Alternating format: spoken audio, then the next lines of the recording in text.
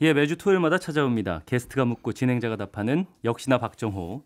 오늘도 저 아나운서 오승훈이 질문하겠습니다. 교수님 안녕하세요. 예, 안녕하세요. 오늘 지난 시간에 이란에 대해서 계속 이어가겠다 말씀을 네. 해주셨는데 오늘은 이란을 포함한 이슬람 국가, 그러니까 이란 2탄이라고 보면 되겠죠. 네. 네. 오프닝에서 잠깐 말씀해 주셨는데 이란을 포함한 이슬람 교도들 왜 돼지고기를 안 먹을까 궁금합니다. 네. 이 뭐 어떻게 보면 우리가 일견 생각하기에 도저히 이해가 안 되는 행태들이 그쪽 이슬람 문명권에서는 좀 많이 전개되고 있지 않습니까? 그래서 이걸 어떻게 해석해야 되는지 그 해석의 여지를 좀 설명을 좀 해드리려고 하는데요. 예. 물론 이제 종교적인 거를 다양하게 해석하는 거가 불편하신 분도 계실 겁니다. 그죠? 그쵸. 그럼에도 불구하고 원래 사회과학이라는 게 풍성한 해석을 통해서 우리가 어디에 있는지를 확인하는 그런 작업이기 때문에 네. 너무 기분 상하지 않으셨으면 하는 바람입니다. 어디까지나 사회 현상을 바라보는 그럼요. 해석의 하나다라는 그럼요. 말씀을 해주셨습니다. 맞습니다. 네. 먼저 어쩔 수 없이 우리 손에 잡히는 경제니까 이슬람 문명권에서 돼지고기를 먹지 않는 이유를 해석한 여러 해석들 중에서 네. 경제적인 관점에서의 해석을 말씀드리려고 합니다. 경제적 관점에서요. 네. 네. 어떤 거냐면요.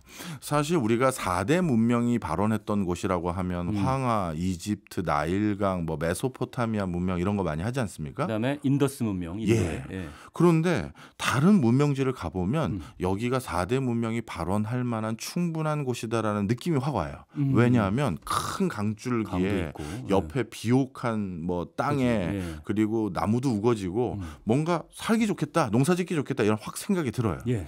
그런데 메소포타미아 문명 지역을 지금 요즘 오늘날 가보면 여기가 그렇게 4대 문명이 발원할 만큼 쾌적하고 비옥한 곳은 아닌 것 같은데 라는 생각이 드신 분들도 있을 거예요. 저는 가보지는 않았지만 그쪽은 좀 사막이 많아서 그렇겠죠. 맞습니다. 자, 그런데 이들 지역은 지금 우리가 바라보는 관점에서 생각하시면 안 돼요.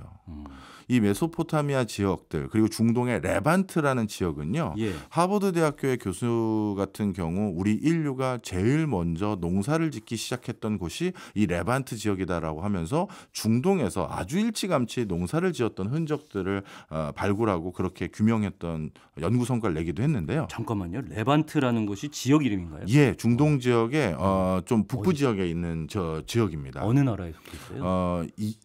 이스라엘을 비롯해서 지금 레바논이나 시리아나 이쪽 지역이 다 아우르는 곳이에요. 그렇군요. 예. 자, 그런데 이 레반트 지역을 우리가 예전에는 정말 비옥한 땅이라서 거기서 농사를 지었는데 네. 지금 이스라엘 그 가끔 전쟁 그 모습들 비춰질 때 이렇게 화면에서 보면 그렇게 뭔가 비옥해 보이지가 않죠. 그렇죠. 예. 굉장히 건조하고 메마르고 예. 맞습니다. 사막이 제일 먼저 떠오르고요.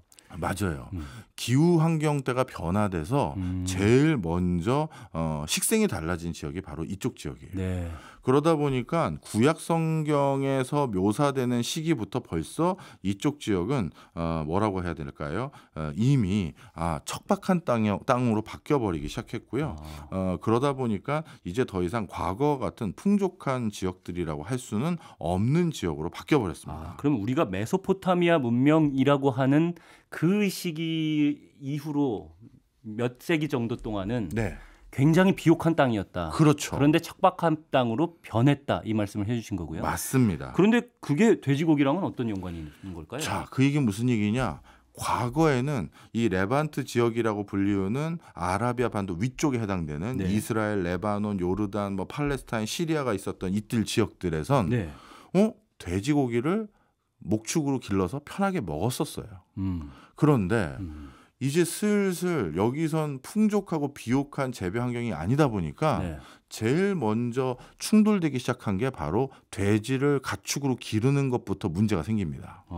왜냐하면 다른 가축과 달리 돼지는요, 우리 인간이 먹는 걸 똑같이 먹는 잡식성을 가지고 있죠. 그렇죠.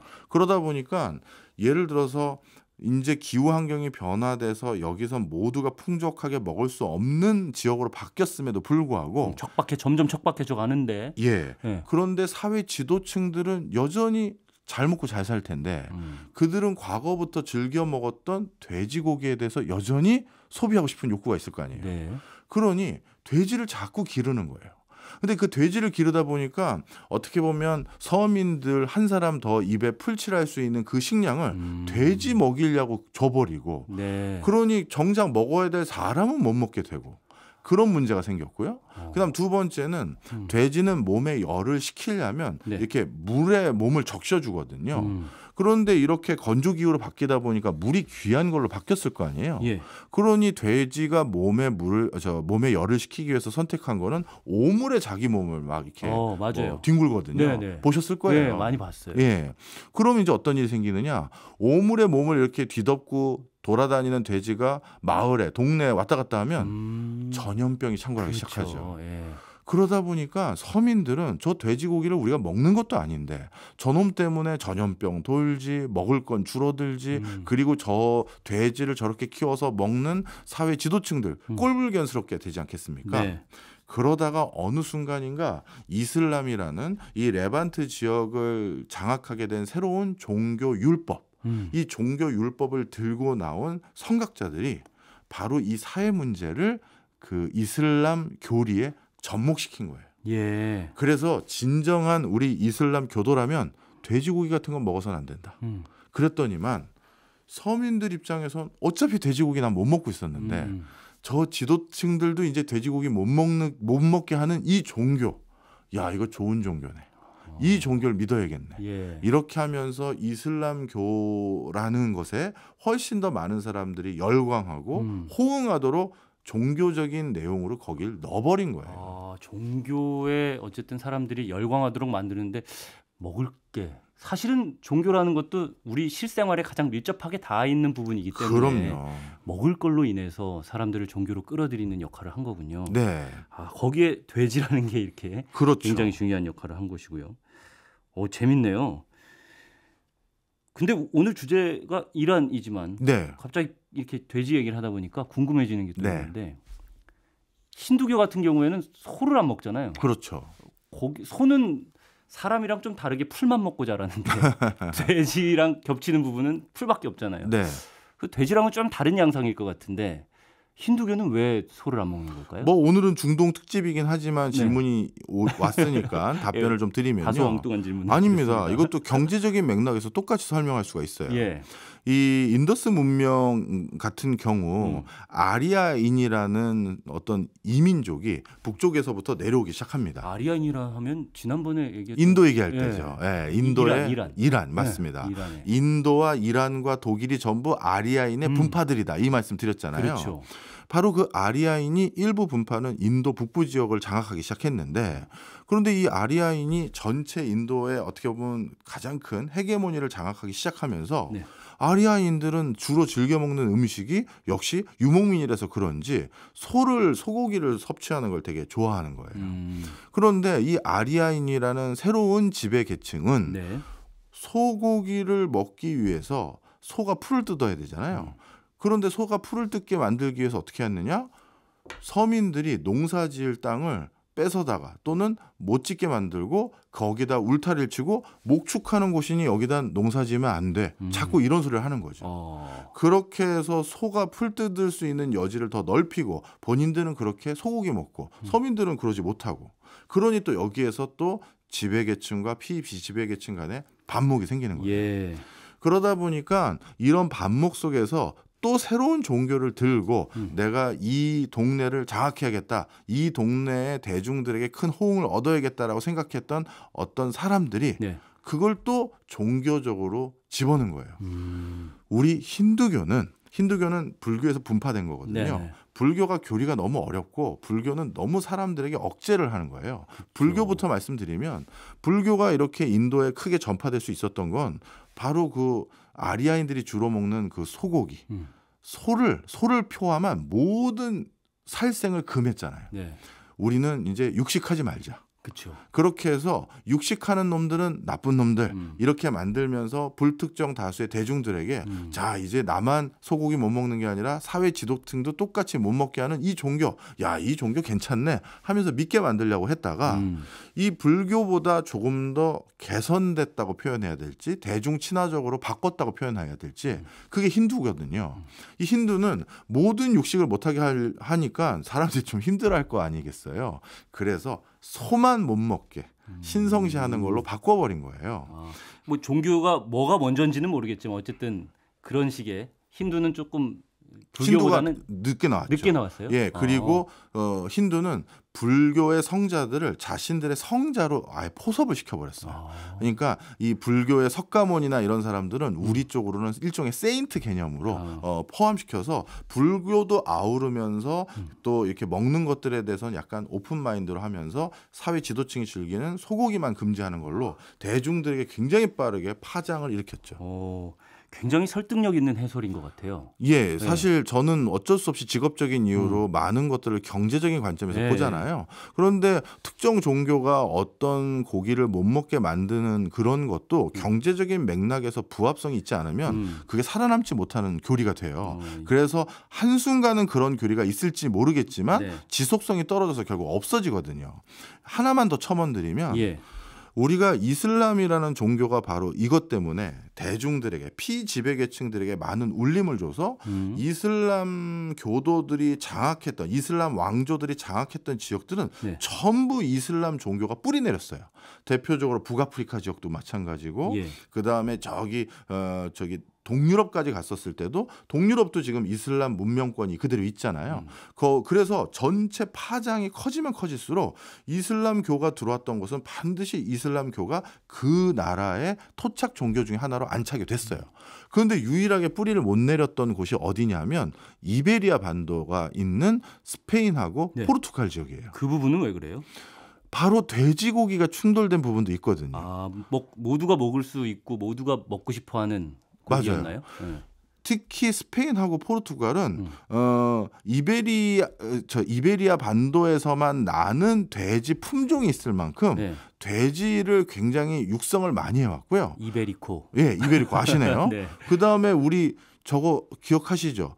우리 와인 마실 때 안주로 좋은 그 돼지 뒷다리 가지고 만든 하몽. 바로 이렇게 스페인이나 이베리아 반도 사람들은 예전부터 돼지고기를 너무 즐겼던 사람들이에요. 서민들도 쉽게 즐길 수 있었고. 그렇죠. 그런 음식들이 바로 돼지고기인데 갑자기 이슬람 문명권이 다 장악하고 몇 세기 동안 지배를 하는데 돼지고기 먹지 말라고 하는 게 받아들일 수가 없는 종교가 돼버리는 거죠. 아니 이 좋은 걸 왜 못 먹게 하는 거야? 저 종교 참 특이하네. 이래서 이것만 있는 건 아니겠지만 뭔가 그쪽에선 생활상과 이 종교가 부합하지가 않는 거예요. 스페인이나 아까 말씀하신 이베리아 반도 쪽은 그 살기에 척박한 땅으로 변하지는 않았기 때문에 오히려 그게 가능했을 수도 있겠네요. 예, 바로 그러다 보니까 이렇게 경제적인 관점 이런 것들과 종교의 번성을 같이 맞물려서 설명하는 이론들이 많아요. 아까 교수님께서 말씀을 해주셨지만 우리가 사실 과거로 돌아가서 그 과거의 실생활을 볼 수는 없잖아요. 이렇다고 추측을 할 뿐인데 특정 종교의 어떤 믿음을 갖고 계신 분들은 조금은 불편하실 수 있는 부분이긴 하지만 이런 설득력 있는 해석이 있다라는 경제학적 관점에서 드리는 말씀이라는 걸 한 번 더 강조를 드리고 싶고요. 고맙습니다. 이란에 이제 돼지고기를 먹지 않는 이유 알아봤는데 또 다른 문화들도 많아요. 맞아요. 저는 특별히 궁금한 게 결혼 문화 중에 이란의 일부 다처제 이 문화에 대해서도 굉장히 궁금한 게 많거든요. 제가 지금 계속 지난주부터 이번 주까지 이란을 중심으로 중동의 문화권을 설명드리면서 제 요지가 뭔지 아마 눈치채셨을 거예요. 저들은 이상하네, 독특하네, 희한한 애가 아니라 그들이 그런 문명을 발달시킬 수밖에 없었던 어떤 맥락들이 있다는 걸 하나하나 설명드리는 거잖아요. 일부 다처제도 마찬가지입니다. 지금은 국제사회에서 일부 1처제가 가장 뭐랄까요? 요즘 사회의 부합성이 높은 제도로 안착되기 시작했어요. 왜냐하면 고도의 지식사회로 바뀌어가기 시작하면서 자신들의 자식이 고도의 지식사회에서 온전한 노동자로서 근로자로서 성장하기 위해서는 인큐베이팅하는 양육 기간도 훨씬 더 길어졌고 교육을 시켜야 되는 그 비용과 기간도 훨씬 더 많아지고 길어졌어요. 그러다 보니까 책임의식이 중요한 거예요. 무슨 소리냐? 우리 저기 중국의 소수민족인 묘족이나 이런 데는 아버님이 누군지를 모르고 어머니 혼자 알아서 키우면서 그냥 공동 육아하는 그런 부족도 있다고 한번 말씀드린 적 있잖아요. 그러면 책임 경영이 안 돼요. 얘는 누구, 얘 아버지는 누구고 얘 어머니 누굽니까? 얘 아버지는 누구고 얘 어머니 누굽니까? 해야지만 우리 애입니다. 라는 소속감이 생기고 내가 이 애를 잘 키워야겠다라는 책임의식이 부여되는 게 있어요. 예. 그러다 보니까 고도 지식사회에서는 일부 1처제가 훨씬 더 부합하는 형태가 많죠. 그런데 이게 중동 지역이라고 예외겠느냐? 아니에요. 그래서 일단 결론부터 먼저 말씀드리면 지금 이란이 일부 다처제라고 말을 할 수 없어요. 그래요? 예. 이란의 전 국민들 중에서 네. 일부 다처를 하는 비중은 1%가 이제 채 안 되고요. 거의 0.5% 수준이에요. 일단 재밌는데 이제 책임 경영까지 나왔고 네. 가족이나 어떤 결혼 제도 같은 것들도 경제학적으로 접근하는 게 예. 굉장히 설득력이 있다는 생각이 들어요. 예. 근데 우리가 알고 있는 이슬람 문화는 일부 다처제가 어쩌면 뭐 법제화된 것 같은 그런 느낌이 있거든요. 네. 실제로 그런지는 저는 모르겠는데 여쭤보고 싶기도 하고. 네. 그런데 실질적으로 법제화가 일단은 돼 있어요? 네. 법으로는 되어 있습니다. 그런데도 그 법이 거의 유명무실할 정도로 이렇게 이제는 아니라는 거죠. 일부 적어도 다처제를... 이란에서는요. 그렇군요. 네. 그거는 이런 아까 말씀하신 경제학적인 관점이랑 부합하는. 맞습니다. 좀 설명을 드릴게요. 네네. 일부 다처제를 처음 도입하게 됐던 배경도 바로 경제적인 맥락인데요. 중동 지역은 엄폐물이 없는 곳이 많아요. 이란을 제외한 나머지 지역은. 네. 그러다 보니까 이민족이 침입했을 때 어디 도망갈 데도 없고요. 특히 사막으로 도망가면 이건 오히려 더 자기의 목숨을 잃어버리는 일이 생기잖아요. 뭐 먹을 것도 없고 물도 구하기 어려우니까. 그러다 보니 완벽하게 위험에 노출될 수밖에 없는 이런 상황이 생겨버리고 예. 또 교역로로 여기가 발달되기 시작하면서 정말 생면부지의 외지인들이 너무나도 많이 돌아다니기 시작합니다. 그러다 보니 이런 위험 상황이 더욱더 많이 높아지기 시작했고 그 과정에서 부족 간에 어떻게 보면 반목도 높아진 게 예. 비옥했던 곳이 척박해지기 시작하면서 한정된 물과 한정된 그늘과 한정된 먹을 걸 가지고 더 치열한 경쟁을 하게 됐잖아요. 쉽게 얘기해서 죽이고 죽이는 싸움이 생긴 거죠. 예. 바로 그 과정에서 어쩔 수 없이 내 형이 전사하거나 동생이 전사하거나 이런 일들이 생겨요. 그러면 형의 식솔들, 동생의 식솔들 이런 사람들 아니면 우리 부족의 누군가의 아내 남편은 사망하고 네. 이 사람들을 어떻게 하지? 그거에 대한 공동의 사회 부양책이 필요했었어요. 그런데 이 당시에는 무슨 복지제도가 뭐 있겠어요. 그래서 선택했던 게 남은 미망인과 미망인의 자식을 걷어들이는 걸 사회적으로 암묵적으로 수용한 거예요. 예, 예. 그러다 보니까 일종의 일부 다처제가 복지제도의 일환으로서 적극 도입된 것도 있다라는 거죠. 일부 다처제는 훨씬 설명할 게 많아서 네. 2부에 더 해야 될 것 같은데요. 그러네요. 시간이 벌써 다 됐으니까. 1부에서는 교수님께서 이란이 돼지고기를 먹지 않는 이유, 그리고 일부 다처제 국가인데 그렇게 된 이유, 이것이 환경이 영향을 줘서 경제학적으로 그렇다라고 설명을 해 주셨습니다.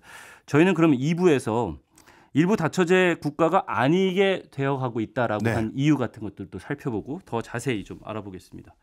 2부에서 이란 문화 계속 살펴보겠습니다. 일단 돼지고기를 먹지 않는 이유 그리고 일부 다처제 국가인 이유도 경제학적으로 접근을 해서 환경이 영향을 줬기 때문이다라는 말씀을 해주셨습니다. 근데 지금은 일부 다처제가 아닌 쪽으로 계속 가고 있다고 점점 그렇게 되고 있어요. 그 이유는 뭘까요? 최근까지는 물론 그 이란에서도 사실 소수의 부유층과 절대적인 사람들의 어떻게 보면 약간 빈곤한 계층으로 나눠지기 시작했어요. 2차 세계대전 이후에도. 네. 그러다 보니까 계속해서 일부 다처제라는 이 사회적 제도가 일정 부분 역할을 해야 됐었어요. 무슨 소리냐? 내가 아는 지인의 아내가 내가 아는 인근 마을 주민의 누구 아내가 미망인이 되고 그 자녀들은 전쟁 고아가 돼버렸다. 그럼 정말 급빈층으로 나락으로 떨어지거든요. 복지 시스템이 없는 국가에서는 그럴 수 있잖아요. 그러니 그걸 걷어들이는 게 오히려 그들을 챙기는 거다라는 명분 아래 이란의 여러 사회 법망 제도, 이혼 제도와 결혼 제도에도 뭐가 명시되어 있냐면 이게 참 우리나라의 오해인데 저 중동 국가는 아직도 시대가 어느 시대인데 아직도 첩이라는 제도를 저렇게 두고 있나. 이 관점으로 이걸 보면 정말 오해가 큰 거예요. 첩의 개념이 아니에요. 이 첩의 개념은 우리 옛날 드라마 보면 갑자기 어떤 어르신이 들어와 하면서 나왔다. 이제부터 연기. 식구다. 뭔지 아시잖아요. 그러면서 갑자기 웬 여성분과 그쵸. 아이가 손 붙잡고 들어와서 형님 하면서 이제 딱 하는 그런 드라마 모습 생각나시죠? 예. 그거는 본처하고 첩이 동등한 관계도 아니고. 근데 연기력은 잘 안 느는 것 같아요. 아 그래요? 아 죄송합니다. 아니 농담이었어요.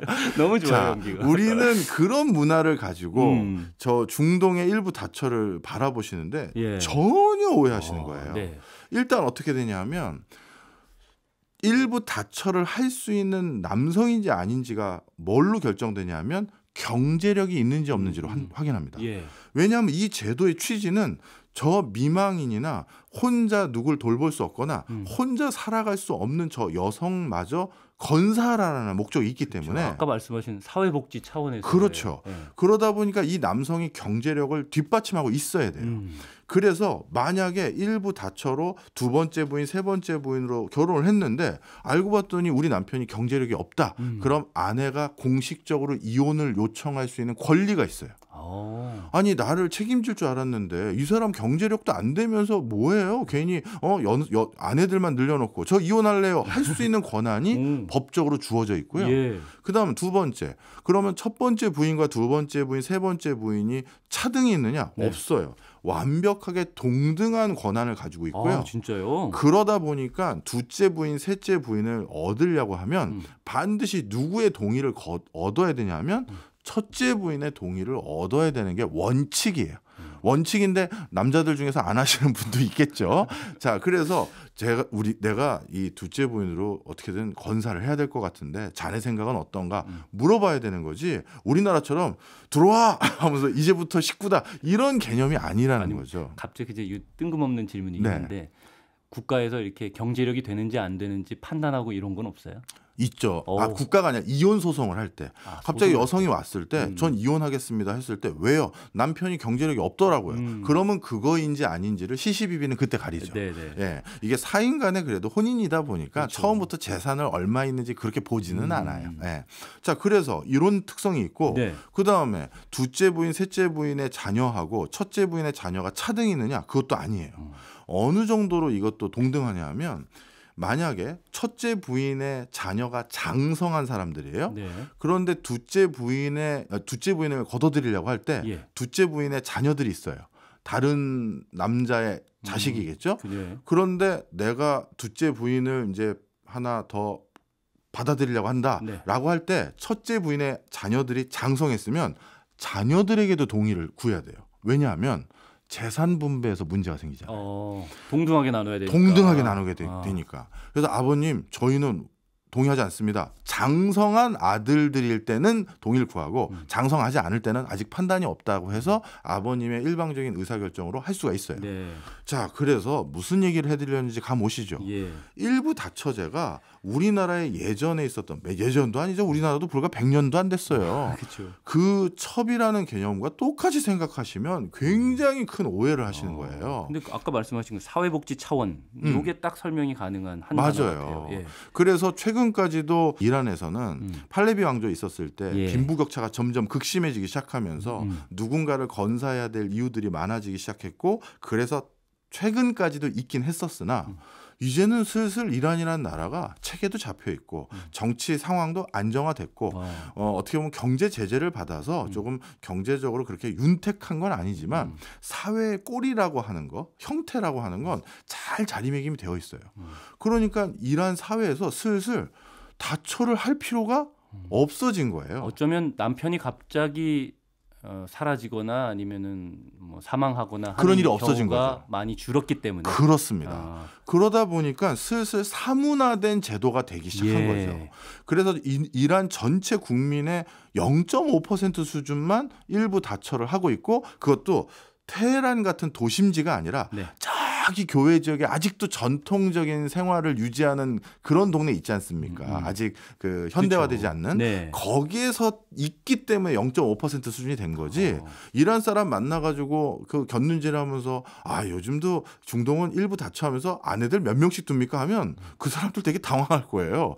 뭔 소리를 하세요 하면서. 근데 우리가 아는 그 사우디 왕자라든지 뭐 이런 사람들은 이렇게 일부 다처를 아직 유지하는 듯한 모습을 보이잖아요. 중요한 얘기 또 해주셨어요. 예. 우리 얼마 전에 전쟁 끝난 아프가니스탄 여기가 이제 여성의 지위가 가장 열악한 나라 중에 하나로 꼽히고 네. 사우디라든가 뭐 카타르라든가 이런 데도 일부 다처를 많이 하는 비중이 높은 국가가 일부 있습니다. 네. 그런데 여기는 어찌 보면 종교라는 어떤 그 룰을 가지고 여성을 핍박하는데 악용하는 사례도 솔직히 있고요. 그렇죠. 그리고 오히려 그 전통이라는 전통을 고수해야 된다라는 그 명분으로 자신들의 기득권을 계속 유지하는 사람들이 있어요. 그러다 보니까 사회의 쓰임이 이미 퇴색된 제도임에도 불구하고 우리는 원래 이슬람 율법에 따라서 코란의 가르침에 따라서 이걸 존치해야 돼 이렇게 주장하는 게 있고 대표적으로 아프가니스탄 얘기 잠깐 드렸으니까 말씀드리면 이란도 마찬가지고 아프가니스탄도 예전에 1970년대 때는요 마치 무슨 동유럽이라든가 인도의 여성들처럼 히잡 뭐 이런 거 안 입고 그냥 캐주얼한 옷차림으로 마음껏 돌아다녔어요. 저 그런 거 많이 봤어요. 그죠? 사진도 막 있고. 예. 왜 갑자기 이런 여성들이 왜 히잡을 쓰게 됐을까? 뭐 이런 그렇죠. 콘텐츠들이 있더라고요. 오히려 아프가니스탄 같은 경우는 더 퇴보해서 지금은 아예 여성을 인신매매하고 그리고 저 매매혼을 한다든가 네. 이런 일들이 자행되는 수준까지 더 퇴보했거든요. 이거는 오히려 종교를 조금 악용한 사례도 있긴 있습니다. 기득권 지위의 유지를 위해서 어쩌면 코란의 가르침에 따라야 한다. 뭐 이렇게 종교를 이용하는 네. 악용하는 사례라고 말씀을 해주셨는데 이슬람 문화가 종교가 사회 법제도에 굉장히 깊숙이 들어와 있는 문화라고 말씀을 해주셨잖아요.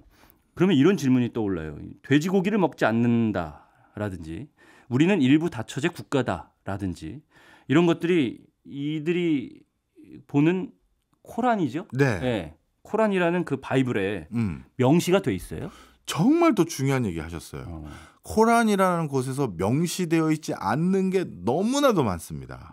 좀 설명을 좀 드릴게요. 예. 대표적으로 아까 우리 이제 여성 얘기했었으니까 여성으로 먼저 말씀을 드리면 지금 중동 지역 같은 경우 국가마다 좀 차이가 있습니다만 완벽하게 눈을 포함해서 얼굴 전체를 가리는 부르카라는 걸 뒤집어 쓰고 다닐 수밖에 없는 국가가 있고 여성들이 아프가니스탄이 요즘 그렇죠.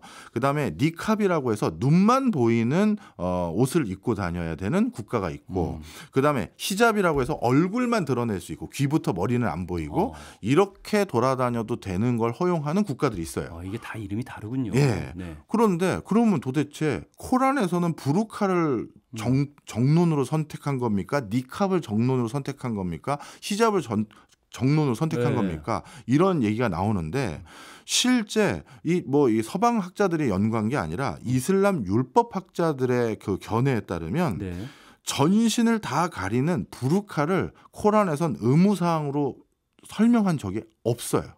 오히려 사람의 여성의 일부 신체를 가리라는 얘기는 있는데 그거는 히잡에 좀 더 가깝고요. 그리고 부르카는 그러면 부르카를 입어도 되는 거 아니냐 이렇게 생각할 수가 있는데 코란에는 뭐라고 나와 있는 구절이 있냐 하면 제가 하나 찾아왔는데 약혼한 사이가 아니라면 여성의 입 등을 바라보지 말라는 구절이 있어요.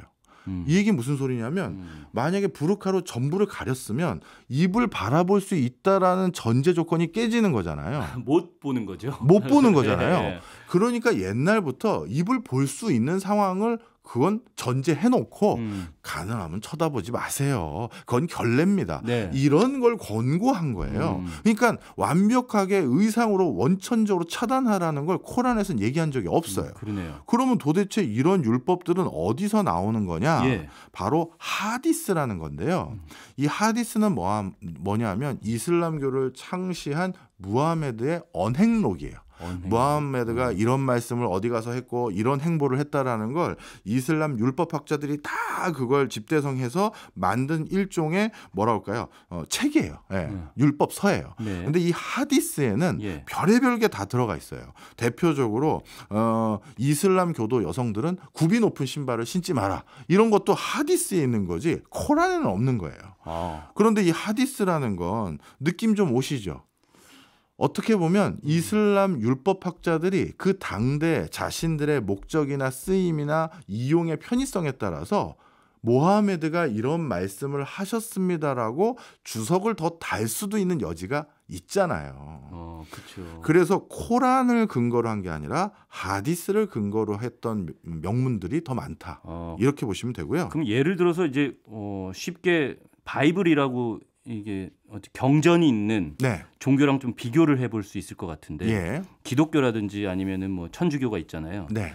그럼 여기에서는 성경이라는 책 한 권이 딱 있잖아요. 네. 그러면 이슬람에서는 하디스는 성경이라는 책이랑 비교할 수 있는 정도의 레벨의 권위 있는 책은 아닌 거예요? 이렇게 코란만 그런 건가요? 그런 거고요. 하디스도 근데 권위는 있어요. 예. 그걸 권위가 있다라는 걸 확인할 수 있는 게 우리가 이슬람 국가들 중에서 종교 그러니까 의상과 관련돼서 법적으로 규제를 하지 않는 국가들이 되게 많아요. 대표적으로 파키스탄, 오만, 예멘, 이집트, 튀니지, 모로코, 알제리 뭐 이런 데들인데 네. 법으로 반드시 어떤 옷을 입고 다니셔야 된다라고 명문화된 규정이 없음에도 불구하고 그 나라 여성들이 알아서 스스로 지키는 거예요. 왜? 하디스에 그렇게 나와 있잖아. 그러니 이게 성경과 코란을 동급으로 한다고 했었을 때 그럼 하디스는 코란과 급이 낮은 거라서 뭐 전혀 무의미한 거야. 그게 절대 아니라는 거죠. 예. 나름대로 모하메드의 언행록이라고 해서 이슬람 교회에서는 굉장히 중요시 여기는 사제들이 율법학자들이 하나하나 고민해서 적어놓은 것이기 때문에 그래도 지키려고 엄수하려고 노력들을 엄청 많이 하는 건 사실이에요. 이 말씀을 듣고 보면은 이란을 비롯해서 어떤 중동 국가들은 종교가 어쨌든 정치를 다 지배하고 있는 듯한 느낌이 많이 들잖아요. 네. 그럼 이런 생각도 들어요. 어쨌든 법제도에 그렇게 명시되어 있지 않고 예. 있는데 네. 사람들은 종교에서 무언가 가르침이 있다라고 해서 그거를 주로 따르고 예. 법제도에는 그렇게 하라는 게 의무사항이 아닌데도 예. 의무를 다 따르고 있다면 예. 우리나라 정치 같은 경우에는 그에 대한 반대 입장들이 나오고 예. 그런 정치 세력들이 만들어지고 이것은 의무가 아니니까 우리가 지킬 필요가 없다라고 하는 이야기들도 많이 나올 것 그렇죠. 같은데 그러면 이란을 비롯한 중동 국가들은 이런 정치권의 역할은 없는 것인가 하는 생각은 들긴 하네요. 정말 중요한 얘기를 또 해주셨어요. 네. 자, 그래서 우리 지난 시간 했던 네네. 19세기 후반과 20세기 초반에 중동 지역의 많은 왕조 국가들이 그 왕조가 서구 열강 국가들과 결탁을 해서 석유 이권을 서구 열강 국가들에게 넘겨주고 네. 그래서 그 석유 이권의 일부 15%나 10%를 왕실의 그 어떻게 보면 시드머니로 삼아서 그렇죠. 왕실은 호의호식하면서 이렇게 지내는 아주 부조리한 모습들이 많았다고 말씀드렸잖아요. 네. 그리고 이란 같은 경우 그 과정에서 담배 전매 사업도 서구 열강 국가에게 넘기다 보니까 여기에 대해서 담배 불매운동까지 국민들이 전개했다. 그래서 혁명이 일어났고. 그렇죠. 네. 그런데 그 담배 불매운동을 국민들에게 리더십을 발휘해서 이런 거 합시다라고 손들고 먼저 나왔던 사람들이 대부분 종교 지도자라고 네. 했죠. 우리나라는 조선시대 때부터 종교 지도자들이 현실 정치에 적극 참여할 수 있는 루트를 철저히 조선왕조에서부터 차단해 왔어요. 왜냐하면 고려 후기 때 불교의 부정부패 그렇죠. 때문에 네. 이게 또 조선으로 전복되는 하나의 명분이 됐잖아요. 그러다 보니까 종교는 절대 현실 정치 참여하는 게 아니야. 선을 확실히 그어버리는 문화가 있다 보니까 국가가 위기 상황이었을 때 종교계에서 큰 목소리를 아예 어떻게 보면 낼 수 없는 배경이 있었던 거죠. 예. 근데 이슬람은 지금 이렇게 국가가 문제가 생겼을 때 저 서구 열강 국가들을 쫓아내야 될 왕조가 오히려 그들과 결탁을 했으니 이 부조리함을 누가 개선하겠다고 목소리를 높여야 되는데 네. 그때 마침 그걸 한 게 종교 지도자들이었고 그 뒤부터 이게 하나의 맥락이 돼버린 거예요. 국가에서 무슨 일 터지잖아요. 그러면 국민들이 이제 누구만 쳐다본다? 이슬람 율법학자들만 쳐다보는 거예요. 아니 지금 이런데 뭐 사제님 가만히 계실 겁니까? 이렇게 물어보는 상황이 생긴 거죠. 그러다가 팔레비 왕조가 점점 더 서구 열강 국가들과 결탁하면서 그들은 호의호식하면서 네. 그 과정에서 근대화, 현대화를 적극 추진하면서 어떤 일이 생겼냐면 1930년대, 40년대에 아주 가파르게 현대화되는 그 여정을 이란이 이제 거치게 되는데요. 네. 그때 현대화되는 여정을 아주 단순하게 지표로 확인할 수 있는 게 도시화율이에요.